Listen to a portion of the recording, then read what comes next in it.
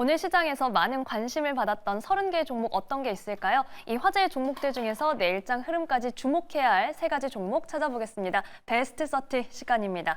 자, 시장이 기분 좋은 오름세를 이어가는 가운데 오늘은 거래소에 기관과 메인의 양 매수도 들어왔죠. 이 두 분과 함께 시장 이슈 그리고 종목별 전략까지 함께 체크해 볼게요.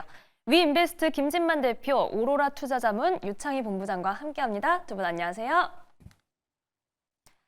네, 오늘 베스트 30 저희는 외인과 기관 매수 상위 그리고 상승률과 하락률 여기에 검색 상위까지 총 5가지 기준을 토대로 먼저 30개의 종목을 추려냈는데요. 이 베스트 30 먼저 바로 확인해 보겠습니다. 네, 오늘의 베스트 30가 등장했습니다. 우선 오늘 외인의 러브콜이 삼성전자로 향한 게 시장 분위기를 많이 주도했죠. 여기에 기관은 이 마이크론과 관련된 이슈를 내놓은 한미 반도체에 많이 주목하기도 했습니다. 또한 에코프로와 에코프로비엠에도 최근 수급 개선세가 보여지고 있고요. 한편 이 SOS랩 최근 정말 뜨거운 종목 중 하나였는데 CES 관련된 스토리를 내놨는데도 오늘 하락률 상위에서 이 베스트 30에 등극하기도 했습니다.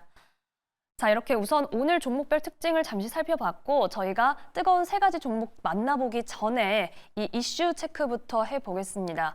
먼저 지금 한 매체 단독으로 나온 소식인데 내일 추가적인 이야기가 나올지 지켜봐야겠습니다. 폴란드의 방한 연기 소식이 좀 전해졌어요. 군과 업계 관계자에 따르면 폴란드가 계엄 사태 이후에 방한을 무기한 보류한 것으로 전해지고 있다. 이런 소식이 들려오면서 K방산의 큰 손으로 분류되는 폴란드인지라 조금 수출에 타격이 있지 않을까 우려가 되기도 하는데요. 김진만 대표님, 이 소식이 좀 방산주에 충격을 줄 수도 있을까요? 일단 방산주가 1차적으로 이제 트럼프에서 이제 일론 머스크를 이어지는 이제 여러 가지 효율성에 대해서 좀 의문이 제기가 되면서 조금 이제 고점에서 내려왔고요. 그다음에 이제 유럽 쪽에서 약간의 좀 평화 분위기야. 그다음에 경기 침체가 나왔기 때문에 이런 부분들 때문에 조금 이제 군비 경쟁에서 조금 이제 후순위로 좀 밀리는 그런 모습들을 많이 보여주고 있는데 그래도 폴란드가 계속적으로 좀 적극적으로 이제 한국산 무기들을 좀 수입을 하기 위해서 노력을 많이 했는데 계엄 이슈 때문에 사실 어쩔 수 없어요. 이게 이미 어느 정도 외부적으로 알려진 이슈였습니다. 이제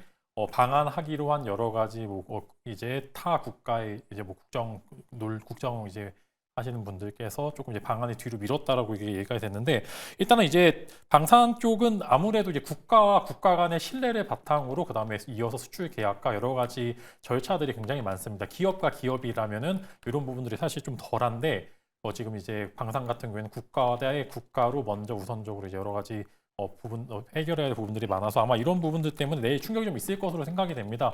거기에 아마 이제 오늘 미국 시장이 굉장히 혼선으로 마무리된다라고 하면은 추가적인 하락까지 좀 염두를 해둬야 된다라고 말씀을 드리려고 하고요. 현대로템을 비롯해서 이제 고점에서 조금 회복하려고 하는 종목들이 많았었는데 아마 내일 조금 위험한 자리까지 이탈할 수도 있습니다. 다만 이제 결국에는 계약을 할 거다라는 그런 기대감까지 반영이 그래서 어느 정도 이제 주가 방어가 된다라고 하면은 추가 매수할 수도 있을 만한 좀 적기다라고 말씀을 드리면서 미뤄진 거지 안 하는 건 아니고 분명히 이제 폴란드 입장에서는 결국에는 계약 자체가 이루어져야 되기 때문에 적절한 구간에서 반등은 이루어질 거다 좀 이렇게 말씀을 드리도록 하겠습니다. 네, 이렇게 지금 폴란드 방한 연기 소식에 따른 방산주에 대한 이야기 들어봤습니다. 여기에 오늘은 지금 삼성과 SK하이닉스 관련된 이야기도 한번 체크를 해볼게요. 지금 젠슨왕의 발언 하나하나가 시장에 여파를 주는 가운데 사실 삼성의 HBM에 관련해서는 젠슨왕이 신뢰와 자신감을 드러내긴 했습니다. 하지만 그 앞에 했던 말이 삼성전자와 SK하이닉스가 그래픽 메모리를 만들지 않는 것 같다. 이렇게 취재진에게 말을 했다는 그런 내용들이 전해지고 있더라고요. 이 내용은 혹시 본부장님 어떻게 보시나요? 좀 웃긴 내용이었죠. 그러니까 처음에 이제 어저께 그 PC용 블랙에 그냥 말이 PC용 블랙 LED지 그냥 새로운 그래픽 카드를 좀 공개를 하면서 여기에 이제 마이크론 테크놀로지의 칩이 반도체가 들어간다라고 발언을 했었고 그러니까 이제 다른 이제 기자들이 그러면 삼성하고 하이닉스는 어떤가요? 라고 물어보니까 전 그걸 몰랐다 이렇게 하면서 해프닝이 발생했는데 삼성하고 하이닉스가 더 많은 제품을 공급을 하죠. 그래서 글쎄요 이거 자체가 약간의 해프닝인 것이지 우리나라 기업에 대해서 관심이 없다 이렇게 보고 있지는 않고요. 오히려 이번에 CES에서 SK 하이닉스가 16단 공개하지 않았습니까? 시제품을. 그래서 다시 한번 기술 격차를 좀 확인시켜줬다는 부분들 긍정적으로 보고 있고, 그리고 이제 뭐 PC용 제품, 뭐 HBM, 그러니까 AI 데이터 센터용 제품이 뭐 다른 부분들이 좀 있다라는 거, 이 부분에 대해서 이제 삼성전자가 앞으로 어떤 역할을 해줄지 여부를 좀 지켜보실 필요가 있다 생각을 좀 하고 있습니다. 그래서 어저께 그러한 어떤 얘기가 나오면서 하이닉스가 좀 밀렸었고, 오늘 또 그런 해프닝이 또 나오면서 좀 반등을 시도를 좀 했었던 걸 감안한다면 이거의 노이즈는 뭐 1박 2일짜리 이슈가 아닐까 생각하고 있고, 오히려 어쩌면 빠르게, 그러니까 업황이 안 좋긴 하지만 레거시 반도체 기준으로 말씀드린 겁니다. 그래서 작년에 반도체 겨울이 온다, 여름이 나왔던 게 어쩌면 빠르게 올 여름이면 그 겨울이 끝날 수도 있다는 기대감들이 또 삼성전자 오늘 최악의 실적에서도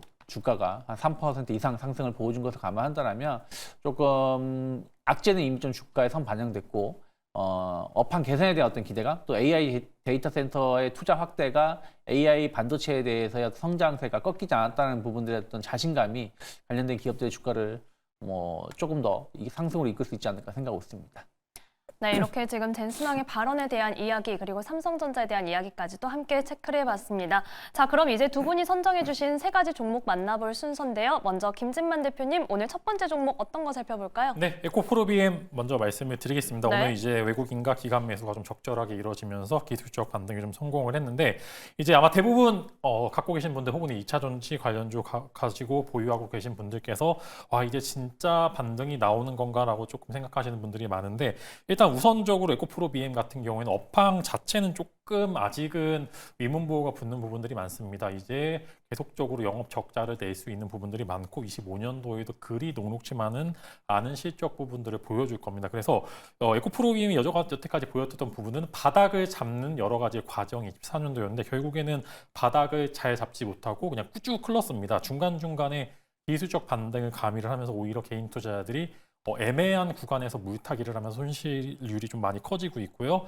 결국에는 하락 추세선을 끊어내지 못하면서 이런 부분들이 조금 이제 안 좋은 모습들을 많이 보여주고 있습니다. 그래서 아마 이제 2차 전지 보유하고 계신 분들께서는 2024년도는 정말로 최악의 최악의 1년이 아니었나 싶어서 이제 25년도에는 반등에 성공할 수 있냐라는 그런 여러 가지 질문들도 많이 나왔고, 코스닥 지수가 그래도 글로벌 지수에 대비해서 조금 우위의 모습을 많이 보여주는 부분들도 있기 때문에 이제 두 가지 포인트로 봐야 됩니다. 이제 에코프로 BM 같은 경우에는 어느 정도 적절한 구간에 횡보를 한 달 이상을 해야 됩니다. 지금 보시면은 차트를 보시면 아시겠지만 계속적으로 지지를 하는 척하면서 결국에는 쭉 흘렀습니다. 이게 무슨 이야기냐면은 이제 개선이 되는 척하면서 계속 흐르면서 개인 투자자들의 애매한 그런 매수세만 붙이는 그런 모습들을 보여주고 있는데, 2025년도에는 10만 원, 12만 원대, 11만 원에서 12만 원대의 주가를 계속 유지를 하면서 야, 이 정도면 더 빠질 구간은 아니다. 예를 들어 삼성전자의 5만 원이 살짝 깨진 것처럼 에코프로 BM도 마찬가지로 10만 원, 11만 원 사이가 어느 정도 지지가 되는지 여부가 굉장히 중요하다라고 말씀을 드리려고 합니다. 그래서 일단은 이제 고환율에 좀 피해를 받을 수 있을 만한 업종 중에 하나가 지금 2차 전지 업종이기도 하고요. 어느 정도 가격 방어가 돼야 됩니다. 2차 전지 혹은 이제 전기차로 이어지는 여러 가지 캐즘이 이제 좀 성장률 자체가 올라가고 전기차 침투율 자체가 올라가야 하는데, 지금 오히려 하이브리드차한테 어느 정도 손을 내주고 있는 상황이고 내연기관 사이클도 다시 올라오고 있는 부분들이기 때문에 이제 여러 가지 쓰임새를 잡을 필요가 있다. 그다음에 미국 쪽에서의 긍정적인 점유율을 보여줄 필요가 있다. 그렇다라고 가정하면은 코스닥 지수의 상승과 함께 어느 정도 이제 바닥을 잡아갈 수 있다라고 말씀을 드리면서, 물타실 분들께서는 적어도 한 달 정도 행보 기간은 확인을 해보시고 들어가시는 게 좋을 것 같다라고 말씀을 드리겠고요. 여기서 또 밀릴 가능성도 언제든지 조금 존재하기 때문에 한번 이제 좀 주의 깊게 보시게 된다라고 하면 한 번 정도 강한 반등 때 매도하시는 부분 충분히 가능하다 말씀을 드리겠습니다. 네, 김진만 대표님과 에코프로비엠 앞으로의 추세를 체크하기 위해서 어떤 점을 저희가 주의 깊게 살펴봐야 하는지 짚어주셨습니다. 자, 이번에는 유창희 본부장님의 첫 번째 종목 만나볼게요. 어떤 종목일까요? 네, 하나오션을 좀 선택을 좀 해봤습니다. 네.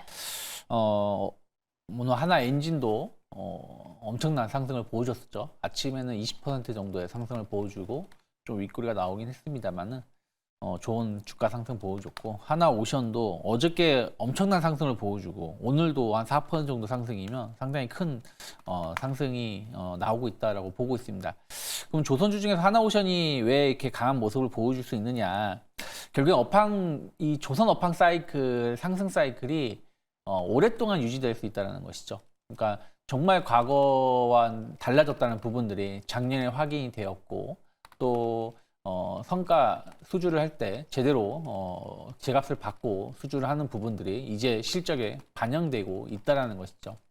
작년 연말에 작년 기준으로 우리나라의 점유율이 18, 거의 19% 정도 선으로 많이 좀 내려왔다 얘기가 나오고 있고 지난달 같은 경우는 우리나라 조선사들이 수주 물량이 전 세계 물량에서 4%밖에 안 된다 이런 얘기가 나오고 있지만 이미 수주를 할 만큼 해놓은 상황에서 선별적인 수주를 하고 있기 때문이라고 보시면 될 것 같아요. 그리고 오히려 이제 중국 규제에 대한 어떤 기대감들이 계속 있죠. 그런 부분들이 이제 시작이다 생각하고 있는데 그러면 중국을 규제하게 된다면 미국 같은 경우가 당장 발등에 불이 떨어진 게 MRO 함정 시장이라는 거죠. 뭐 함정 같은 경우는 이미 중국한테 역전을 당했고 2030년이 된다면 뭐 중국이 미국보다도 한 50% 이상 더 많은 함정을 보유하게 된다는 것이죠. 그래서 이런 부분들에 대해서 어떤 보강이 필요하기 때문에 우리나라 기업들에 대해서 계속해서 러브콜을 보내오고 있다 생각을 좀 하고 있고요. 거기다가 저는 조선주를 보실 때 과거에는 뭐 LNG선 뭐 이런 쪽을 봤다면 지금은 컨테이너선이 상당히 중요한 역할을 해줄 수 있는데 컨테이너선에서 어떤 게 중요하냐면 인도가 중요하다 생각하고 있습니다. 이제 세계 공장이 중국에서 인도로 좀 바뀌고 있는 부분들이 좀 있는데 인도가 앞으로 최소 5년 이내에 필요한 배가 어마어마하다고 하고 있죠. 근데 인도하고 중국과의 관계가 별로 좋지 못하고 또 중국에 대한 어떤 규제가 들어간다면 컨테이너선 관련해서도 수주가 더 꾸준히 나올 수 있다 생각하고 있어요. 그래서 지금 어느 하나 빈 공간이 없다는 부분들이 조선주를 끌어올리고 있기 때문에 하나오션 충분히 이제 신고가 나오고 있다는 부분들 감안하면 더 올라갈 수 있다는 생각으로 접근해보는 게 맞지 않나 판단하고 있습니다.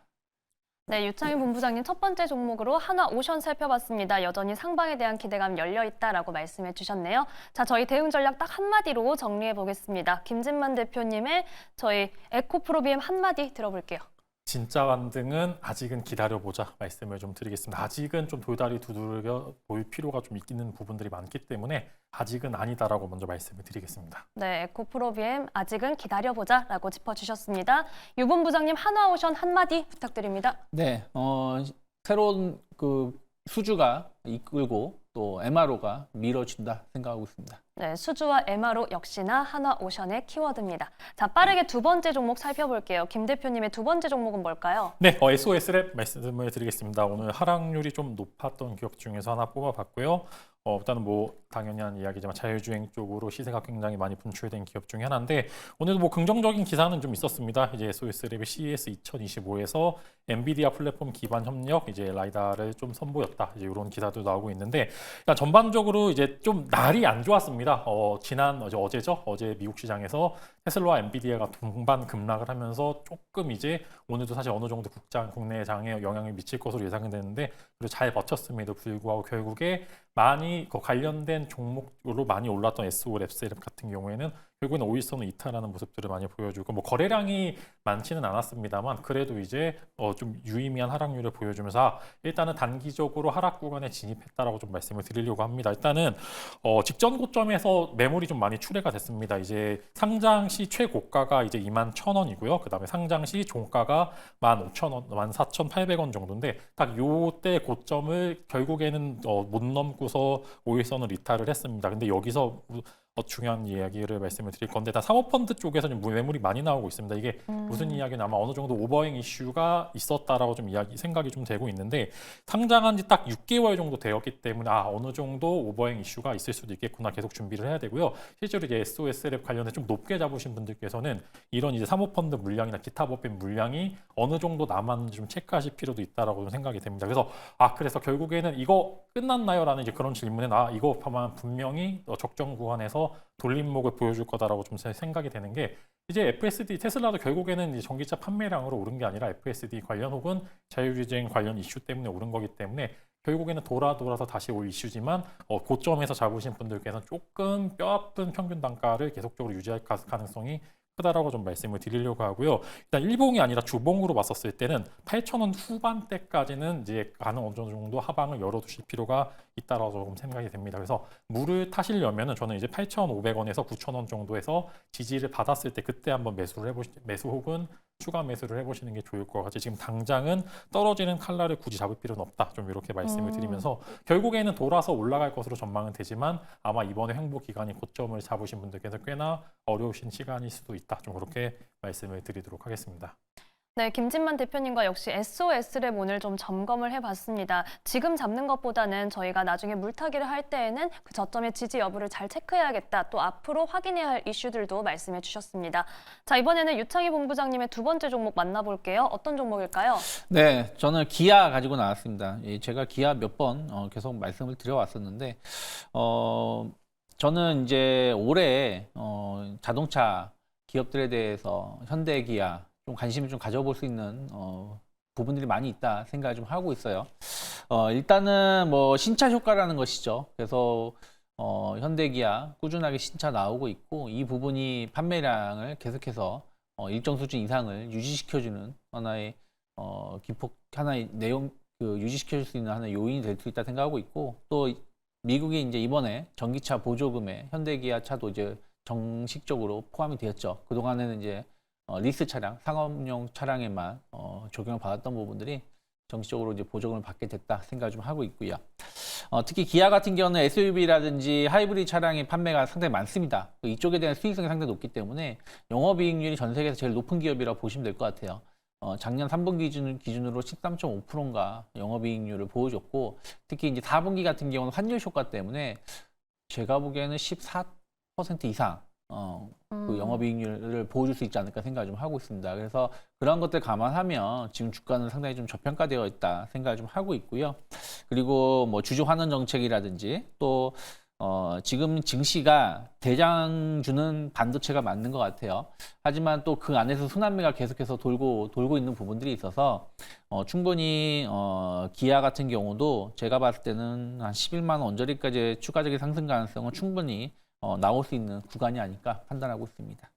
네, 유 본부장님과 두 번째 종목으로 기아 살펴봤습니다. 지금 원달러 환율에 따른 어떤 효과도 저희가 기대해 볼 수 있고 순환매성 증시 랠리에 대한 기대감도 가져가 보겠습니다.